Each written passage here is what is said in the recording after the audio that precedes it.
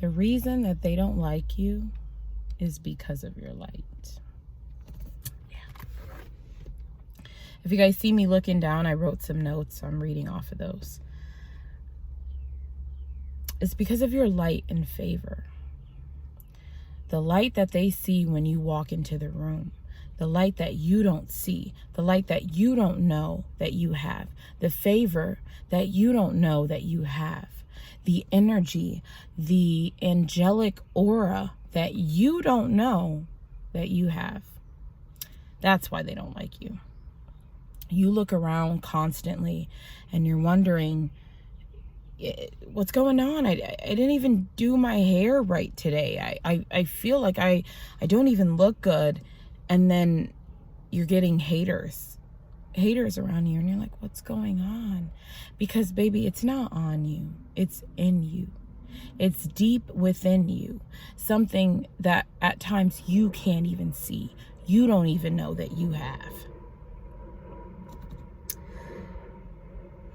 God is within her. She will not fail. Psalm 46:5. So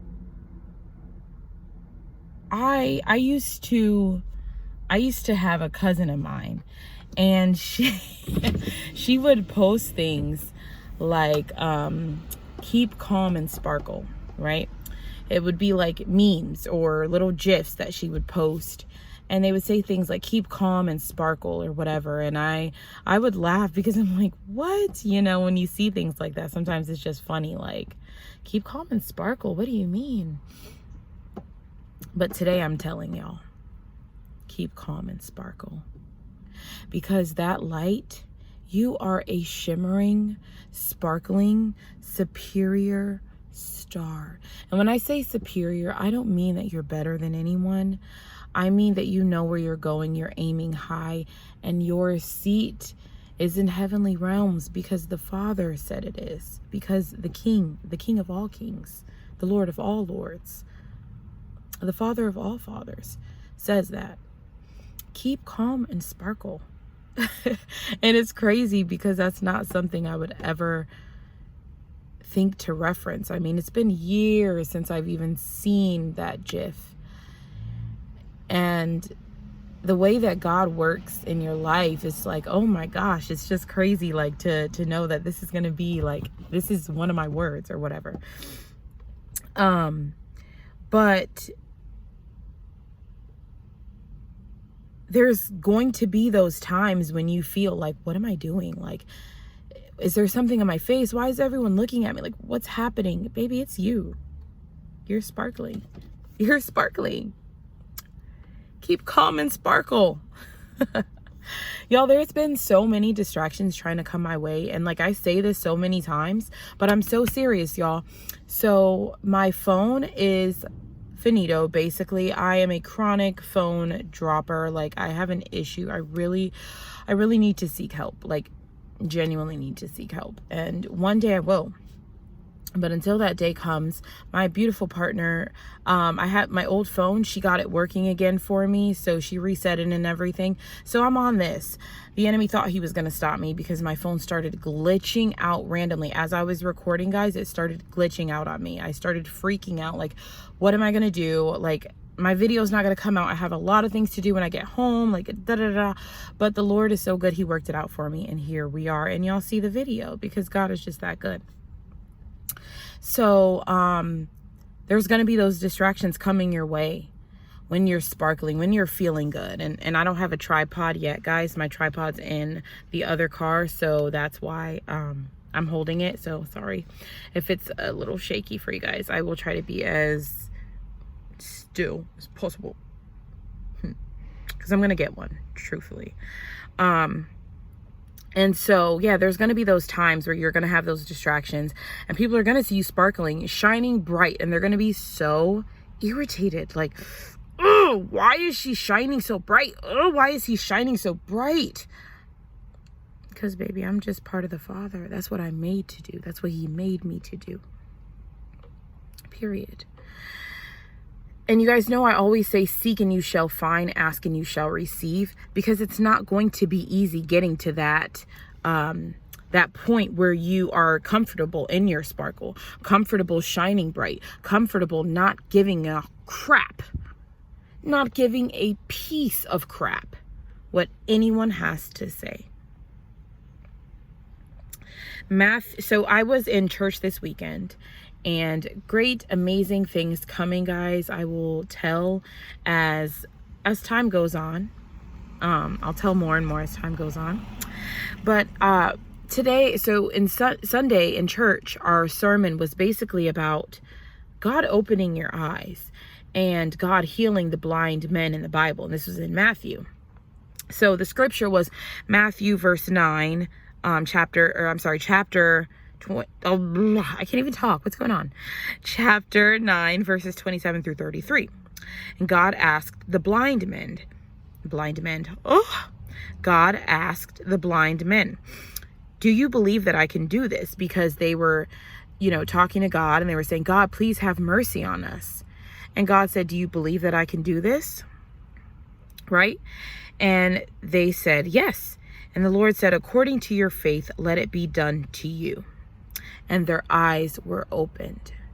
Now, it really got me thinking deep, because as my reverend says, in the Bible, it did not explicitly state that the blind men could literally see. It said their eyes were opened. What were their eyes open to? Open to the fact that validation is not needed. The fact that it's time to reclaim my time.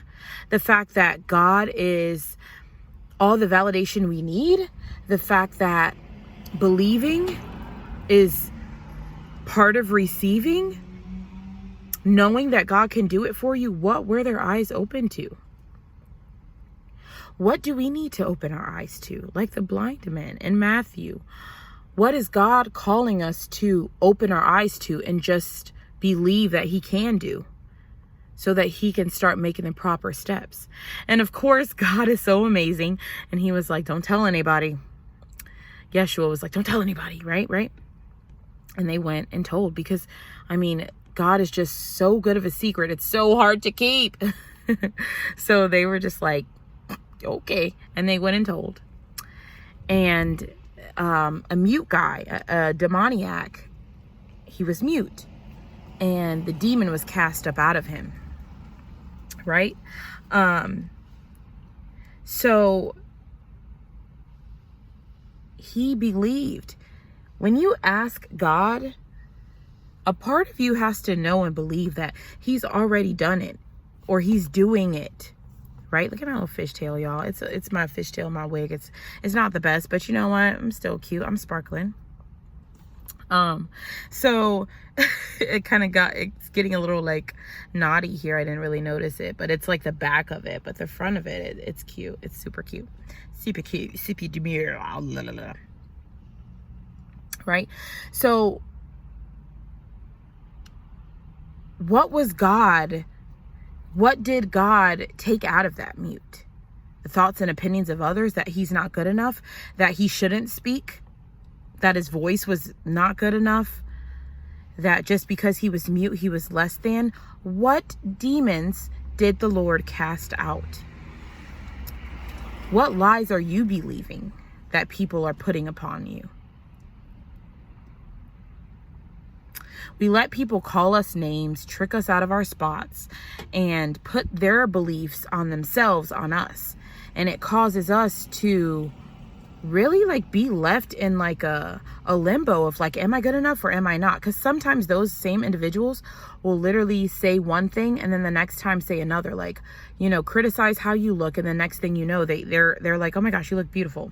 Or you criticize yourself, because now their opinions have literally just caused a huge influx in your mind.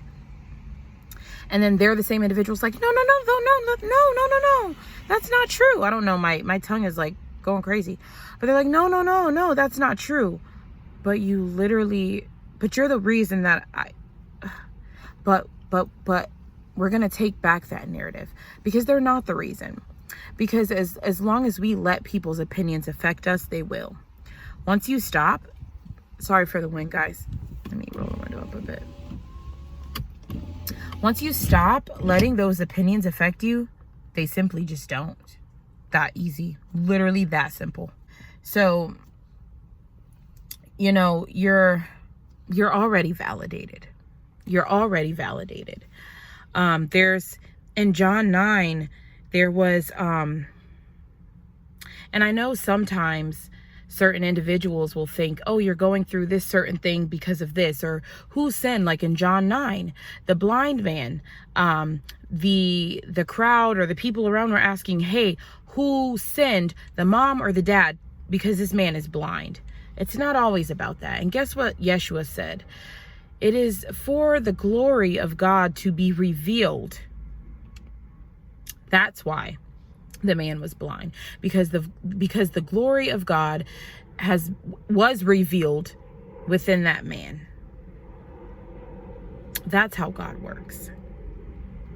Like I say, it's not about your clothes, it's not about your hair, it's not about your makeup, it's you. It's just you. Literally, you can walk out with your hair half done, clothes half off, and there's going to be someone who's like, who does this girl think she is? I think I look like a bum right now. But they don't. Because they're not looking at your outer. They're seeing that inner. And they're realizing that there's nothing. There's not really much I can do to get there. Or that's how they feel. Because there's a spot at the table for everyone. Certain people just don't tap into that part of themselves, and that's up to them. But don't come and dim my light just because you don't want to get off your behind and do what it takes to make yours shine brighter. Forget titles. Forget the moms. Forget dad. Forget sister, brother, bestie, coworker, boss. People are human at the end of the day, and you do not deserve to be treated any kind of way just for the sake of a title. A word, heard it, catch it, receive it. I don't care. Partner, child, grandmother, grandfather. You are loved. You are validated by the Lord, and your light is causing a stir in so many people's life, and I want you to keep doing it.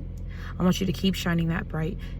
Keep shining that bright light. Keep calm and sparkle, baby. Keep calm and sparkle. With your fabulous self, with your gay self, with your trans self, with your black self, okay?